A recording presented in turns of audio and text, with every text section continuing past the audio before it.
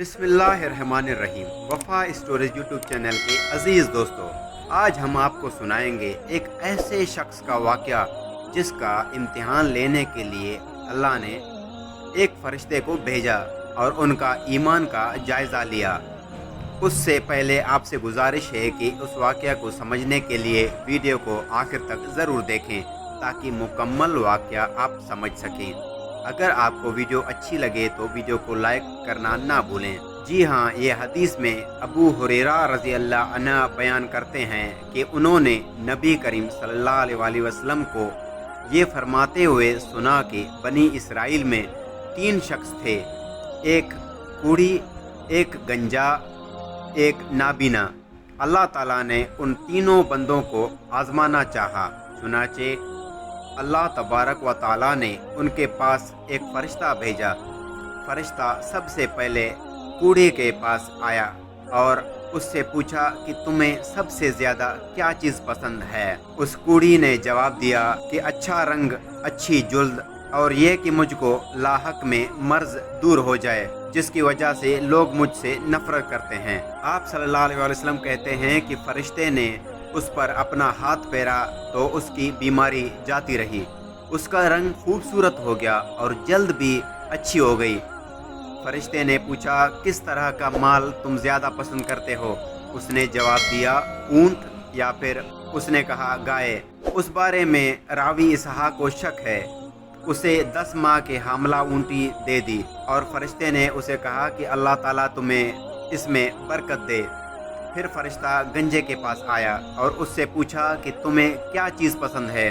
उसने कहा उम्दा बाल, और ये कि मेरा ये ऐब ख़त्म हो जाए जिसकी वजह से लोग मुझे नापसंद करते हैं। फरिश्ते ने उसके सर पर हाथ फेरा जिससे उसका ये ऐब जाता रहा और उसके उम्दा बाल आ गए।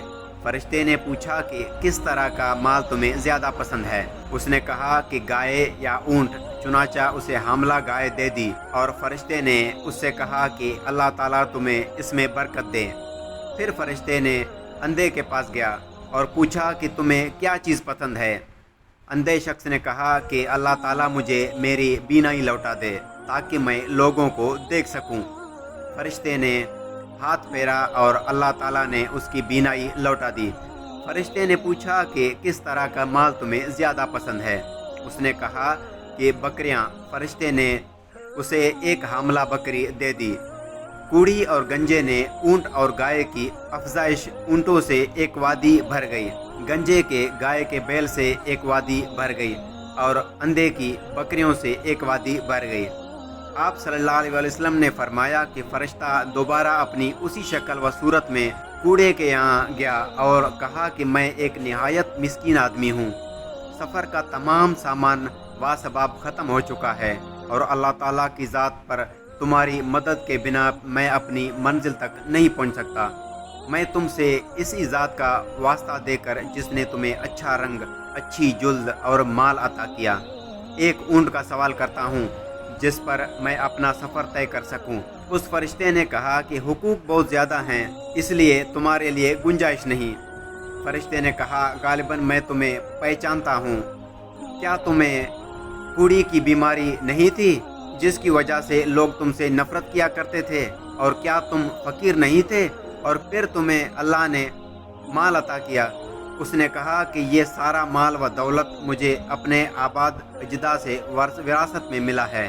उस पर फरिश्ते ने कहा कि अगर तुम झूठे हो तो अल्लाह ताला तुम्हें अपनी पहली हालत पर लौटा दे। फिर फरिश्ते अपनी उसी शक्ल व सूरत में गंजे के पास गया और उससे भी वही कुछ कहा जो कूड़ी से कहा था।